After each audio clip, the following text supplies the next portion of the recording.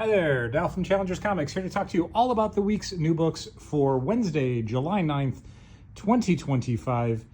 It's a decent sized week. We got a lot of comics, we got a lot of graphic novels, and more than anything, friends, we have so much.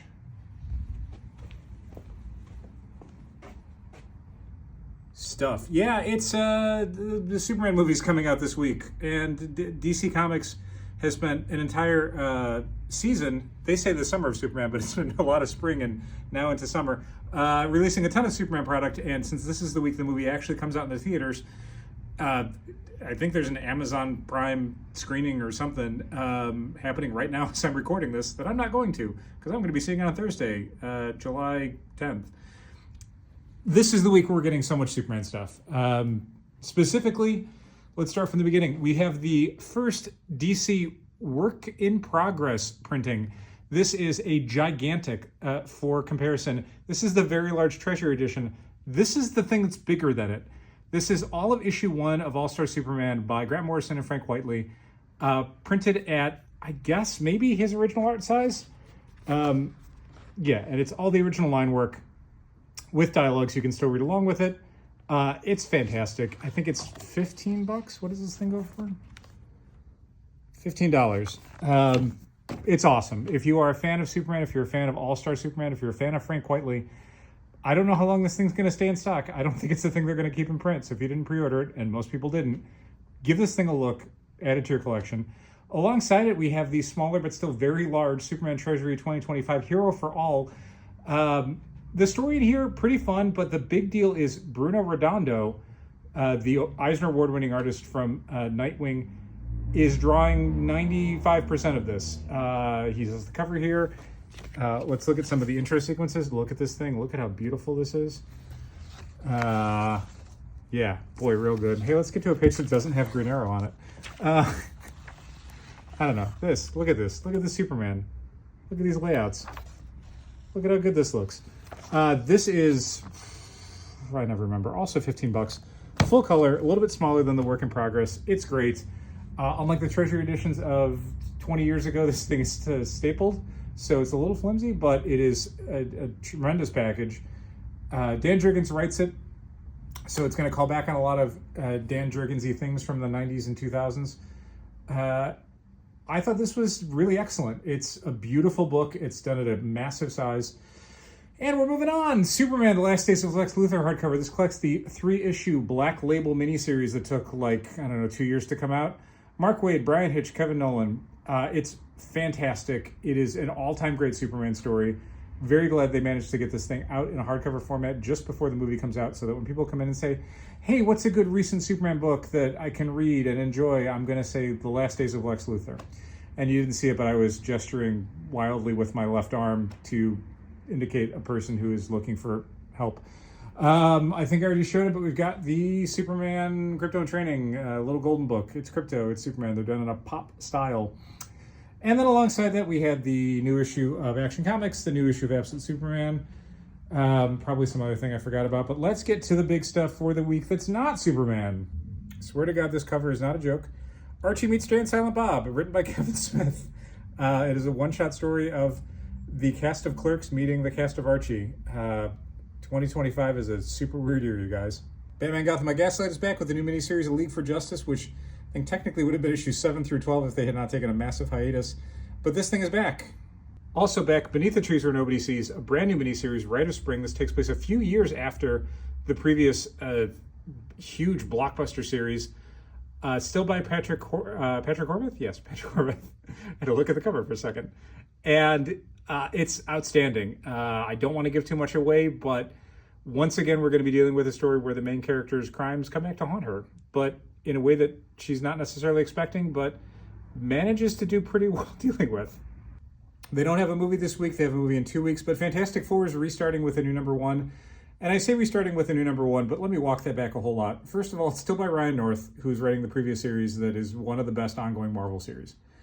It's still in the middle of One World Under Doom, and it basically is like issue 34 or whatever of the series. If you were reading Fantastic Four, it's still as good as it was before. Humberto Ramos is the artist now, so the art is actually stepping up a bit.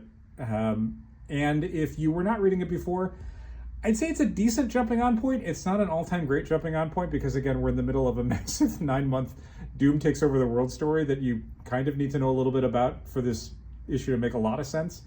And also it helps to have read the previous storyline where Ben Grimm lost his thing abilities and the whole FF had to get them back. But if you are okay with maybe filling in some blanks in your own head, this is still a good jumping on point. And we've also got a cool Alex Ross cover that I believe was an Alex Ross cover that was done for a completely different book years ago, but, you know, Marvel, they will not let anything go to waste. More Fantastic Four stuff. God only knows what they're going to get in 2 weeks. This is Fantastic Four, The First Steps. It's called Fantastic Four, First Steps, and it's based on the movie. And the very fun thing about this is, as you can see on the cover here, it's authorized by the Future Foundation. This is the in-universe comic origin story of the MCU Fantastic Four. So basically, in the world of Fantastic Four First Steps, this is the comic that Marvel created, licensing the story from the actual Fantastic Four. It's done in a very weird, like, 1960s format, which is pretty cool. It has a bunch of fake ads, a bunch of fake text pieces. You can have the fake 2-page enticement to join Johnny Storm's fan club. And I swear to God, this is completely true. It's written by Matt Fraction and drawn by Mark Buckingham. Like, this is not a cash-in, tie-in sort of situation. This is a really good creative team doing an incredibly strange comic book that probably is going to be interesting to read in light of what the movie's going to be. There's actually a character in here that they're introducing into the MCU via the First Steps universe that I don't remember them saying was going to be in this movie, so that's pretty cool. 2 different covers for this that look virtually identical. They're both an homage to Fantastic Four #1 by Jack Kirby. The one on the left is the MCU costumes. The one on the right is kind of the original comic book costumes, sort of, but not really. It's Jeff, Infinity PAWS #1. This is a one-shot comic collecting even more Marvel Unlimited strips that were originally released under Infinity PAWS. That was just the name of the book. Jeff was one of the characters amongst all of the other cats, dogs, flurkins, alligators, squirrels, haunted creatures of the pet part of the Marvel Universe. But Jeff obviously is the big moneymaker at Marvel. So they retitled this It's Jeff, Infinity PAWS. But it's still really good. Jason Liu, who wrote the Dazzler miniseries, is doing it with Now Fuji, who has done a bunch of the Jeff strips that Guru Hero didn't do. And I remember reading this on the Marvel Unlimited app and thinking it was pretty precious. I think it's great. Give it a look. The Marvel Swimsuit Special, this one specifically is called Friends, Foes, and Rivals because it comes with a code for a skin for the Marvel Rivals game. I don't know what else to say about this other than, and this is a crucial piece of information that I think is kind of being overlooked by a lot of people who are writing this off as a collection of pinups and a bunch of variant covers that are getting repurposed. One, I'm pretty sure it's all original art inside. Two, there's actually a story. It's Tim Seeley, Tony Fleece, and Nick Bradshaw doing a wraparound segment. The story is that the evil Roxxon Corporation has released an AI-drawn, created Avengers swimsuit special, and the Avengers are furious at it, so they decide to go make their own swimsuit special. So they have to go recruit everybody in the Marvel Universe to dress up in swimsuits and get pictures taken of them. Again, Tim Seeley and Tony Fleece, the team that did Local Man. So this thing is legitimate. There's a legitimate story. Nick Bradshaw's a great artist who doesn't do a ton of interior stuff. So yeah, this thing is a real deal comic book. Wraparound cover by Adam Hughes there, and we also have the Russell Dodderman, Gene and Scott cover. All right, let's get going a little faster. Predator, Black, White, and Blood. This is another one of the 3-color miniseries from Marvel, but this one's about Predator. They Chose Violence, a new miniseries, 5 issues from AWA. Unchosen, a new, I think, 4-issue creator-owned series written and drawn by David Marquez, who's one of the artists for Uncanny X-Men and a really talented guy. This is him creating his own sort of YA fantasy supernatural explosion series. I thought it was a better issue than I was expecting from a guy that I don't think of much as a writer. 4 issues I think is going to be a perfect thing. A ton of stuff happens in the first issue. The artwork is, as you'd expect, gorgeous. And Wild Animals, a new Mad Cave series from Ed Brisson and Andy Kuhn, I think, looks like. Otherwise, that's about it for the week. We do have up top there the new TMNT Last Ronin 2 Re-Evolution hardcover. Sorry this video is so long. Really kind of got going on a few different things. Again, bunch of books, a lot of Superman stuff. I think it's a solid week. We hope to see you soon. Thanks so much for watching. Keep reading comics.